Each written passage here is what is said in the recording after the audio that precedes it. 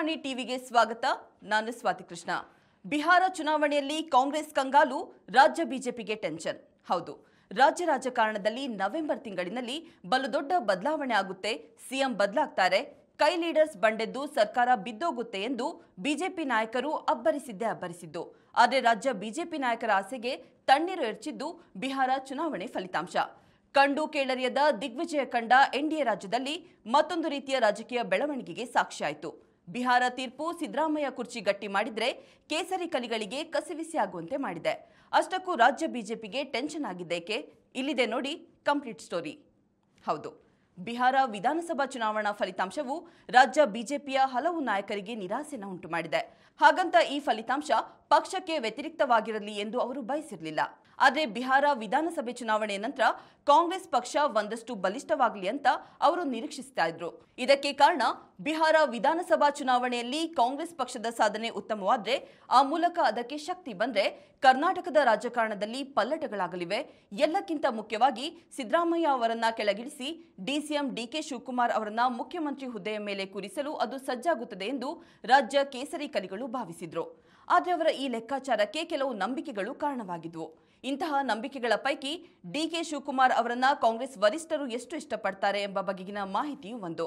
ಎಲ್ಲಕ್ಕಿಂತ ಮುಖ್ಯವಾಗಿ ಸೋನಿಯಾ ಗಾಂಧಿ, ಪ್ರಿಯಾಂಕಾ ಗಾಂಧಿ, ರಾಜ್ಯ ಕಾಂಗ್ರೆಸ್ ಉಸ್ತುವಾರಿ ರಣದೀಪ್ ಸಿಂಗ್ ಸುರ್ಜೇವಾಲಾ ಇವರೆಲ್ಲ ಹೆಜ್ಜೆ ಹೆಜ್ಜೆಗೂ ಡಿಕೆಶಿಯನ್ನ ಬೆಂಬಲಿಸುವುದರಿಂದ ಸಹಜವಾಗಿಯೇ ರಾಹುಲ್ ಗಾಂಧಿ ಮೇಲೆ ಒತ್ತಡ ಹೇರ್ತಾರೆ.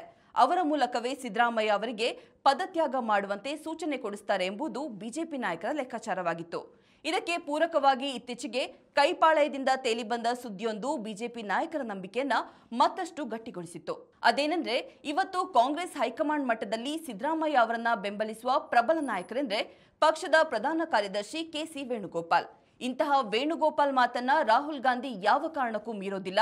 ಇದೇ ಕಾರಣಕ್ಕಾಗಿ ಡಿಕೆ ಎಷ್ಟೇ ಪ್ರಯತ್ನ ಮಾಡಿದ್ರೂ ಅಂತಿಮ ಹಂತದಲ್ಲಿ ವೇಣುಗೋಪಾಲ್ ಅದಕ್ಕೆ ಅಡ್ಡಿ ಆಗ್ತಾ ಇದ್ರು. ಆದ್ರೆ ಅಂತಹ ವೇಣುಗೋಪಾಲ್ ಮೇಲೆ ಈಗ ಪ್ರಿಯಾಂಕಾ ಗಾಂಧಿಯವರ ವಕ್ರದೃಷ್ಟಿ ಬಿದ್ದಿದೆ.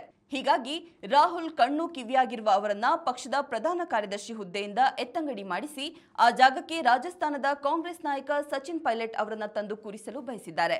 ಹೀಗೆ ಕಾಂಗ್ರೆಸ್ ಹೈಕಮಾಂಡ್ ಮಟ್ಟದಲ್ಲಿ ಡಿಕೆ ಶಿವಕುಮಾರ್ ಶಕ್ತಿ ಹೆಚ್ಚಾಗಿರುವುದರಿಂದ ನವೆಂಬರ್ 20ರ ಹೊತ್ತಿಗೆ ಕರ್ನಾಟಕದಲ್ಲಿ ಸಿಎಂ ಬದಲಾವಣೆಯ ಆಟ ಆರಂಭವಾಗುತ್ತೆ.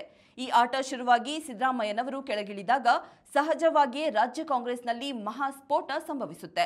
ಸಿದ್ದರಾಮಯ್ಯ ಕೆಳಗಿಳಿದು ಕನಕಪುರ ಬಂಡೆ ಪಟ್ಟಕ್ಕೇರಿದ ಮೇಲೆ ಸಿದ್ದರಾಮಯ್ಯ ಬಣ ಕ್ರಾಂತಿಗೆ ಮುಂದಾಗುತ್ತೆ. ಈ ಸಂದರ್ಭದಲ್ಲಿ 60ರಷ್ಟು ಶಾಸಕರು ಬೆಳಗಾವಿ ಸಾಹುಕಾರ್ ಸತೀಶ್ ಜಾರಕಿಹೊಳಿ ನೇತೃತ್ವದಲ್ಲಿ ಕಾಂಗ್ರೆಸ್ನಿಂದ ಹೊರಬರ್ತಾರೆ. ಇದರ ಪರಿಣಾಮ ಡಿಕೆಶಿ ನೇತೃತ್ವದ ಕಾಂಗ್ರೆಸ್ ಸರ್ಕಾರ ಉರುಳುತ್ತದೆ. ಆ ಮೂಲಕ ಕರ್ನಾಟಕದಲ್ಲಿ ಮಧ್ಯಂತರ ಚುನಾವಣೆ ಅನಿವಾರ್ಯವಾಗುತ್ತೆ.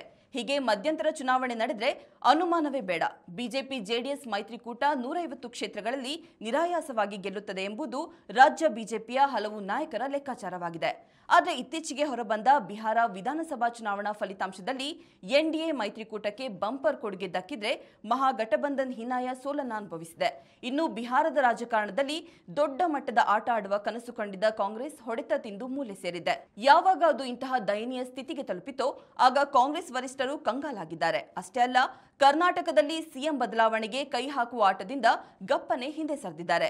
ಹೀಗೆ ಕೈ ಲೀಡರ್ಸ್ ಹಿಂದೆ ಸರಿದಿರುವುದು ಸ್ಪಷ್ಟವಾಗುತ್ತಿದ್ದಂತೆಯೇ ಮಧ್ಯಂತರ ಚುನಾವಣೆ ಕನಸು ಕಂಡ ರಾಜ್ಯ ಬಿಜೆಪಿಯ ನಾಯಕರು ತಣ್ಣಗಾಗಿದ್ದಾರೆ.